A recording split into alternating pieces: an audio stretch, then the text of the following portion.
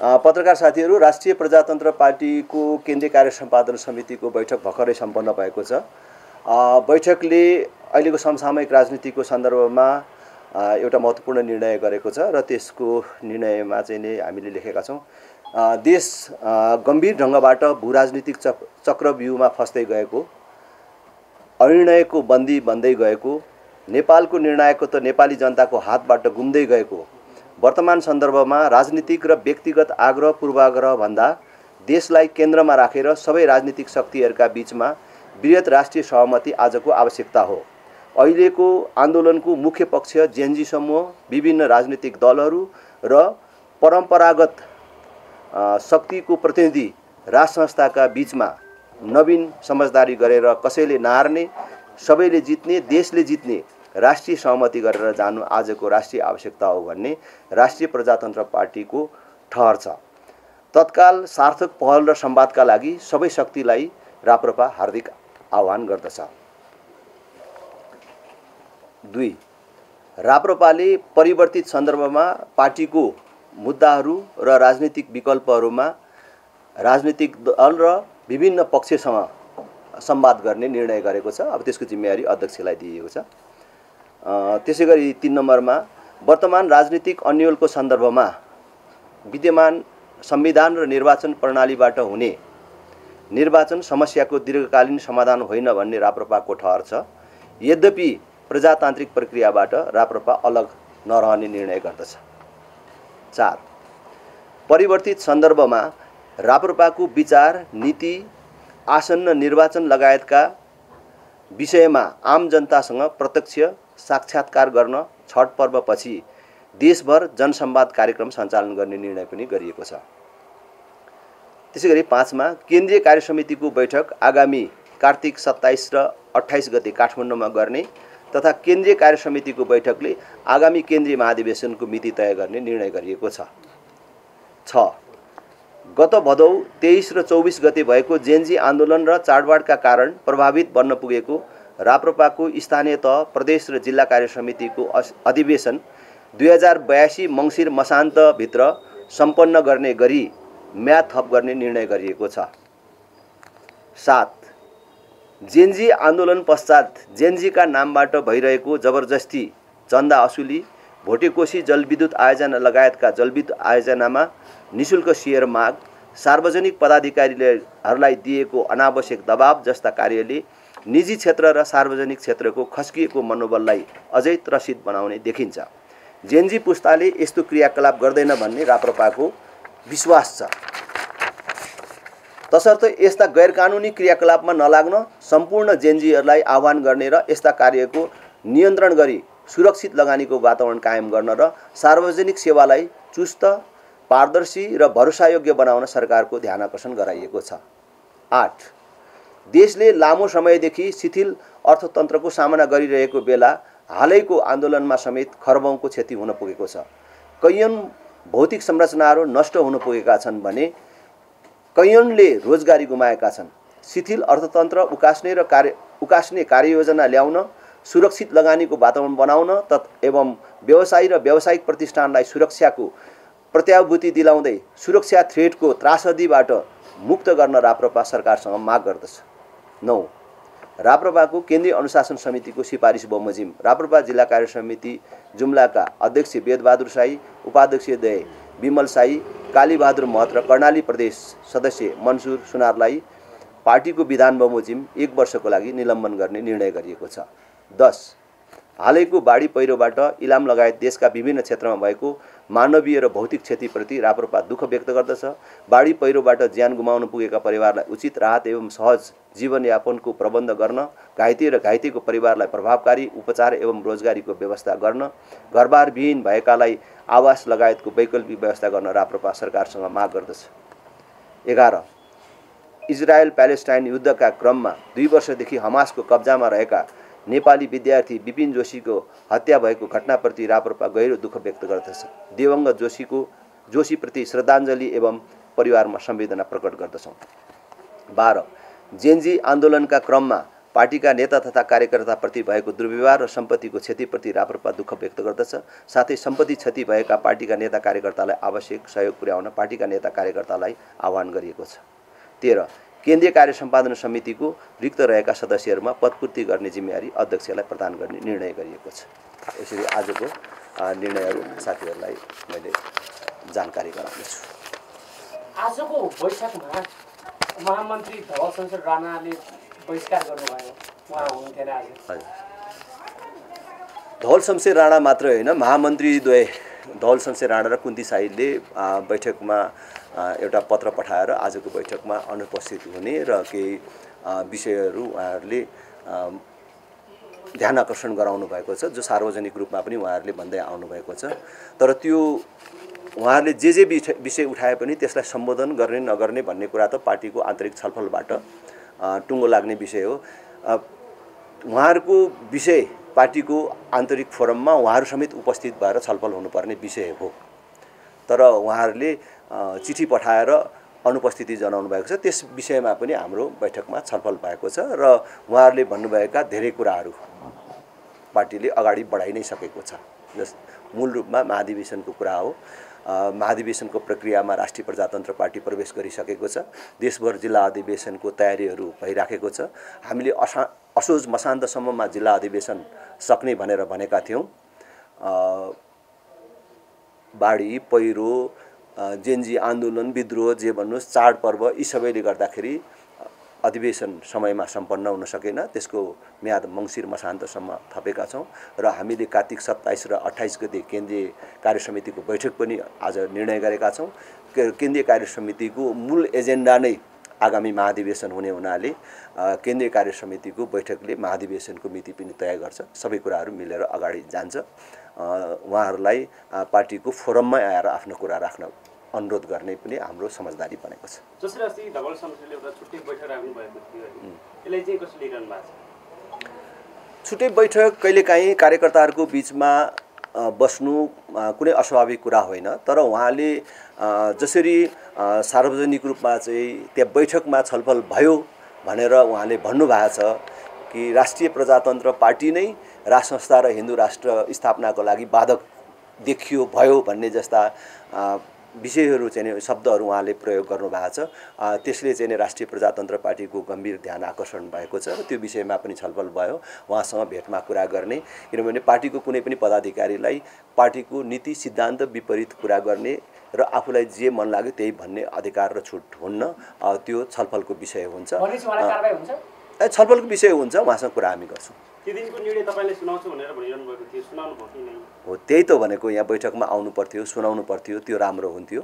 एउटा प्रजातान्त्रिक पार्टीमा आफ्ना विषयहरू राख्ने, अल्पमत बहुमतको आधारमा निर्णय गर्ने। पहिलो कुरा त सहमतिमा सबै विषयहरू टुङ्ग्याउने। सहमति हुन सकेन भने पार्टी पद्धतिमा अल्पमत बहुमतबाट टुङ्ग्याएर जाने कुराहरू हुन सक्थ्यो। तर आउनु भएन र म आशा गर्छु आगामी बैठकमा उहाँ आउनुहुन्छ आफ्नो कुरा राख्न। राप्रपा चुनावको भरमग्दुर तयारीमा छ होइन? फेरि एमाले संसद पुनर्स्थापनाको किताबमा उभिएको छ, कसरी हेर्नु भएको छ?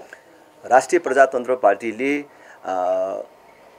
जेन्जी आन्दोलन या विद्रोहको बिचमै चाहिँ भनेकै थियो कि यो संसदले निकास दिन सकेन, समस्याको सम्बोधन गर्न सकेन, त्यसकारण संसद विघटन हुनुपर्छ भनेर सबभन्दा पहिले माग संसद विघटनको राख्यो र हामीले राजीनामा समेत दियौँ। र हामीले मागेर मात्रै भयो भनेर मैले भन्दिनँ, संसद पनि विघटन भयो। अब संसद पुनर्स्थापनाको कुनै औचित्य छैन। अब नयाँ निर्वाचनमै जानुपर्छ। तर नयाँ निर्वाचनमा जानुभन्दा अगाडि फेरि पनि यही संविधान, यही निर्वाचन प्रणालीबाट हुने निर्वाचनले देशलाई निकास दिन सक्दैन भन्ने हाम्रो निष्कर्ष छ र त्यसमा हामी सधैँ आफ्नो कुरा भनिराखेका पनि छौँ। तर अब निर्वाचन भइ नै हाल्यो भने अब निर्वाचनबाट राष्ट्रिय प्रजातन्त्र पार्टी भाग्दैन, निर्वाचनको तयारी पनि गरेर जान्छ। तर फेरि पनि दोहोऱ्याएर भन्छु, यो अहिले जुन प्रणालीबाट निर्वाचन हुन लागिराखेको छ देशको दीर्घकालीन समस्याको समाधान होइन। देशलाई फेरि द्वन्द्वमा जान नदिनको लागि सबै राजनीतिक शक्तिहरू, खास गरी अहिलेका राजनीतिक दलहरू, अहिलेको आन्दोलनको महत्त्वपूर्ण पक्ष जेन्जी र परम्परागत शक्तिको प्रतिनिधि राजाको बिचमा नयाँ समझदारी गरेर कसैले नहार्ने, देशले जित्ने एउटा नवीन समझदारी देशको एकमात्र विकल्प हो कि भविष्यमा कहिले पनि आन्दोलन नहोस्, कसैले पनि आफूलाई पाखा परेको महसुस गर्न नपरोस् र नेपालको निर्णायकत्व नेपाली जनताकै हातमा छ भन्ने प्रमाणित गर्न सकियोस् भन्ने हाम्रो आग्रह छ। निवर्तमान प्रधानमन्त्री र गृहमन्त्रीलाई अहिलेसम्म पक्राउ गर्न सक्नुको कारण के होला? अहिलेको जेएनजीको जम्मा बनेको सरकारले तपाईँहरूले चाहिँ के भन्नुभएको छैन? हामीले कसैलाई पक्रिन नपक्रन भनेर भन्दा पनि जिम्मेवार राजनीतिक दलको हिसाबले दमनमाथिको व्यापक छानबिन हुनुपर्छ, दमनमा संलग्नहरूलाई कारबाही हुनुपर्छ।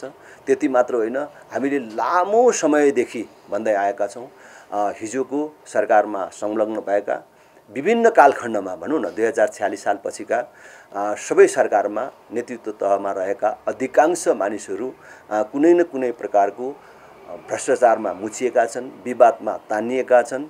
त्यसकारण हामीले भनेछौँ 46 सालपछिका सबै उच्च पदस्थ नेता कर्मचारीहरू, उनका नजिकका आफन्त नातेदार सबैको सम्पत्ति छानबिन हुनुपर्छ र अवैध सम्पत्ति जफत हुनुपर्छ, भ्रष्टाचारीहरूलाई कारबाही हुनुपर्छ। भ्रष्टाचारका ठुल्ठुला फाइलहरू अहिले पनि अख्तियार अदालतमा पेन्डिङमा बसेका छन्, मुल्तवीमा बसेका छन्, तिनीहरू सबैलाई बिउताएर कारबाही गरेर जानुपर्छ भन्ने कुरामा हामी सधैँ दृढ छौँ। 1 महिना बितिसक्यो त, कहिले कारबाही गर्ने? 76 जनाले ज्यान गुमाइसके।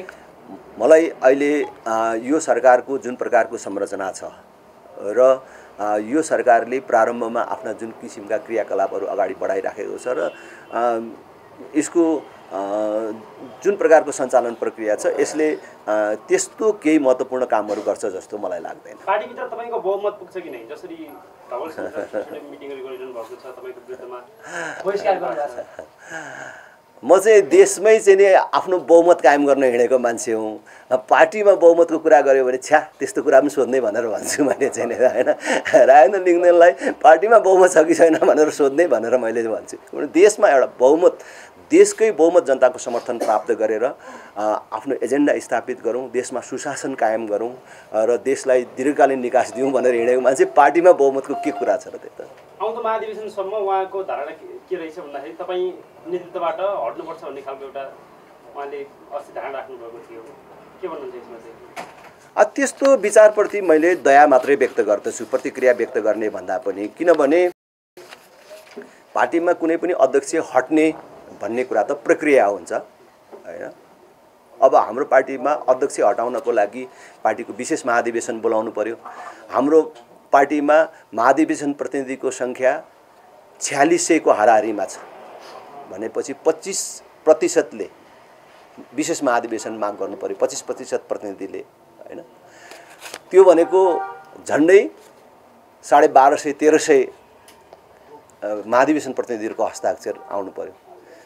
मैले त त्यस्तो महाधिवेशन प्रतिनिधिहरूको माग आयो भने मेरो योग्यतामाथि, मेरो कार्यक्षमतामाथि प्रश्न उठाएर त्यति साथीहरूको हस्ताक्षर आयो, त्यति प्रतिनिधिको आयो भने त महाधिवेशन पनि बोलाइदिन्छु र मेरो पद पनि कसलाई मैले जिम्मा लाउनु पर्ने लगाइदिन्छु। त्यसमा मलाई चाहिँ कुनै आपत्ति छैन। तर त्यसको प्रक्रिया छ। अब कसैको व्यक्तिगत चाहनाले मैले पद छोडेर हिँड्ने कुरा पनि भएन। फेरि मैले छोडौँ भन्दा अरूले पनि मान्नु पर्यो। त्यस कारणले त्यसमा त म खासै कुनै चिन्ता राख्दिनँ, त्यसमा चासो पनि राख्दिनँ। जेएनजीका प्रतिनिधिहरूसँग तपाईँहरूले सल्लाह सुझाव दिइरहनु भएको छैन? उहाँहरू दर्जनभन्दा बढी विभिन्न किता कार्ड, विभिन्न मागसहित आउनु भएको छ, होइन? जेएनजीहरूलाई सम्पर्क गरेर जेएनजीहरूलाई सल्लाह सुझाव दिने यताउति गर्ने काम तपाईँहरूले गर्नु भएको छैन? जेएनजी आफै चाहिँ नि एउटा उमेर समूह मात्रै हो, तर असङ्गठित समूह हो भन्ने कुरा अहिले प्रष्टै भइसक्यो। अब समूहमा त धेरैसँग मेरो कुराकानी भइराखेकै छ। अहिले तपाईँहरूको माध्यमबाट बरु मैले के सुझाव दिन चाहन्छु भने जेएनजीहरूले जुन प्रत्यक्ष निर्वाचित कार्यकारी प्रधानमन्त्रीको मुद्दा उठाइराख्नु भएको छ प्रमुख मुद्दाको रूपमा, नेपालको राजनीतिमा राष्ट्रिय प्रजातन्त्र पार्टी त्यस्तो पहिलो पार्टी हो जसले आफ्नो घोषणापत्रमा प्रत्यक्ष निर्वाचित कार्यकारी प्रधानमन्त्रीको विषय उठायो। हामीले 14 सिट प्राप्त गऱ्यौँ त्यही मुद्दा बोकेर। प्रतिनिधि सभामा, प्रदेश सभामा 28 सिट प्राप्त गऱ्यौँ। तर प्रत्यक्ष निर्वाचित कार्यकारी प्रधानमन्त्री कस्तो हुन्छ? हामीले देशमा त प्रत्यक्ष निर्वाचित राष्ट्रपतिको कुरा पनि त हामीले सुनिरहेका छौँ नि। किनभने माओवादीले त सबभन्दा पहिले यो प्रत्यक्ष निर्वाचित कार्यकारीको कुरा त माओवादीले उठाएको, तर माओवादीले के भन्यो भने राष्ट्रपति बन्यो।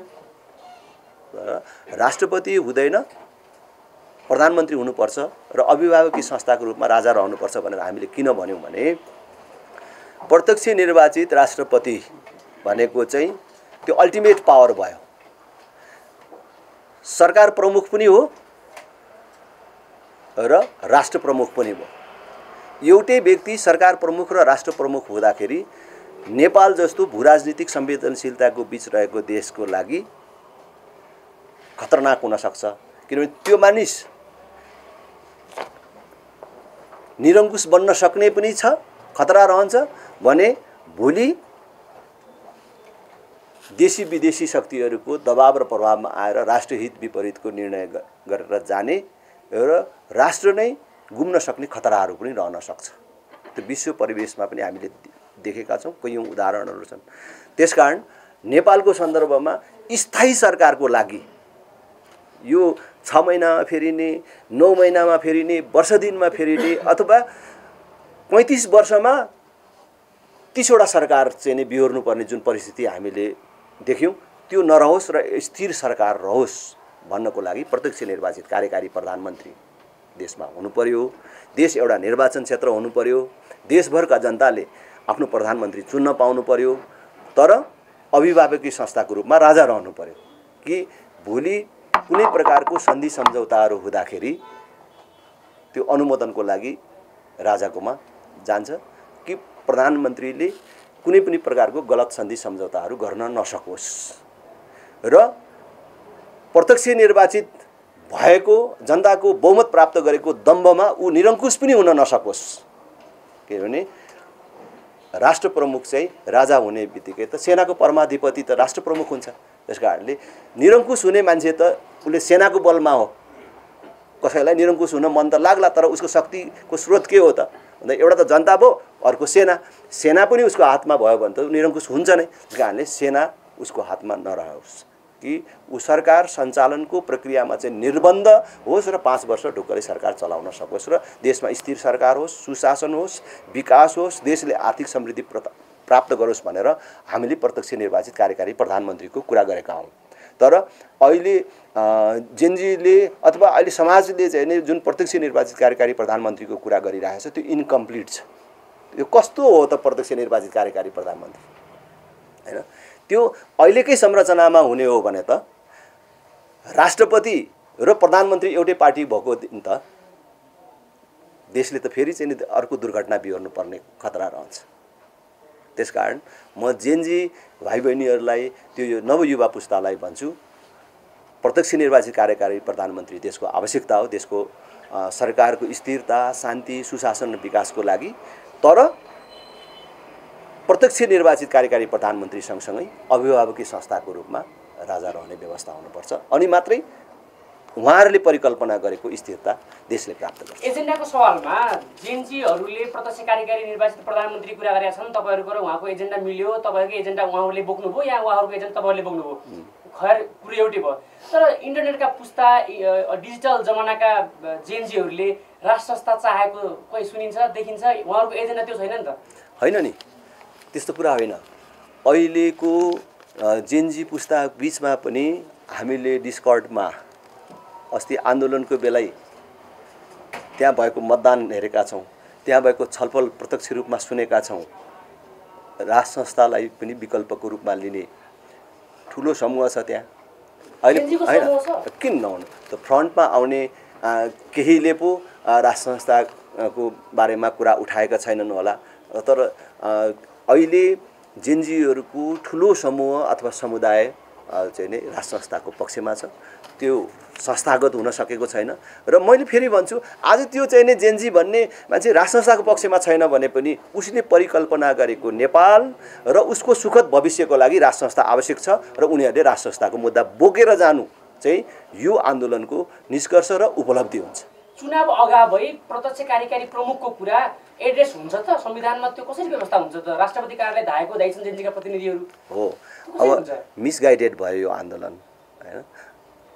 अहिले उहाँहरूलाई के भनिराखिएको छ, यो संविधानमा त्यो व्यवस्थै छैन, अहिले यो प्रधानमन्त्रीले त्यो काम गर्नै सक्नुहुन्न, राष्ट्रपतिले गर्नै सक्नुहुन्न भनेर भनिएको छ। यही राष्ट्रपतिले अस्ति संविधान मारिसक्नुभयो हैन? अहिलेको प्रधानमन्त्री कुन संविधान अन्तर्गत आउनुभयो? कुन संविधान अन्तर्गत संसद विघटन गर्नुभयो? त्यसले गर्दा यो अहिलेको सबै निर्णय प्रक्रियाहरू भनेको आन्दोलनको निर्णय हो हैन, आन्दोलनपछि बनेको। त्यसकारणले एउटा राष्ट्रिय सहमति गरेर म त भन्छु कुनै दबाब प्रभावमा भन्दा पनि अहिले देशमा समस्या छ भन्ने देखियो, यो संविधानले काम गर्दैन भन्ने कुरा देखियो, जसले जति धक्कु लगाए पनि यो संविधान बिगार्नु हुँदैन भनेर केही मानिसहरूले जति एडभोकेसी गरे पनि यो संविधानले काम गर्दैन र यो संविधान नमारिकन अथवा यो संविधानमा परिवर्तन र सुधार नगरिकन हुँदैन भन्ने कुरा देशले निष्कर्षको रूपमा प्राप्त गरिसक्यो। र हामीले भन्थ्यौँ कि नेपाल भू राजनीतिक चक्रव्यूहमा फस्दैछ, हाम्रो निर्णायकत्व हाम्रो हातबाट जाँदैछ भनेर हामीले बारम्बार भन्यौँ, तर त्यो कुरा अहिले सबै कुरा देखिसकेको छ। त्यसकारण यो सबै सन्दर्भमा नेपाली जनताको हातमै नेपालको निर्णायकत्व राख्नको लागि सबै राजनीतिक दलहरूको बिचमा मैले अघि भने जस्तो जेनजी र राज संस्था सबैको बिचमा एउटा नयाँ सहमति गरेर देशलाई निकास दिएर जान सकिन्छ। त्यो क्रममा संविधान पनि संशोधन गर्नुपर्नेमा संविधान संशोधन गरिन्छ, अरू सबै चिजहरू गर्छ, सहमतिबाट गर्नुपर्छ, कुनै दबाबबाट कसैको आग्रह कसैको लहरबाट हुनु हुँदैन। धेरै धेरै धन्यवाद।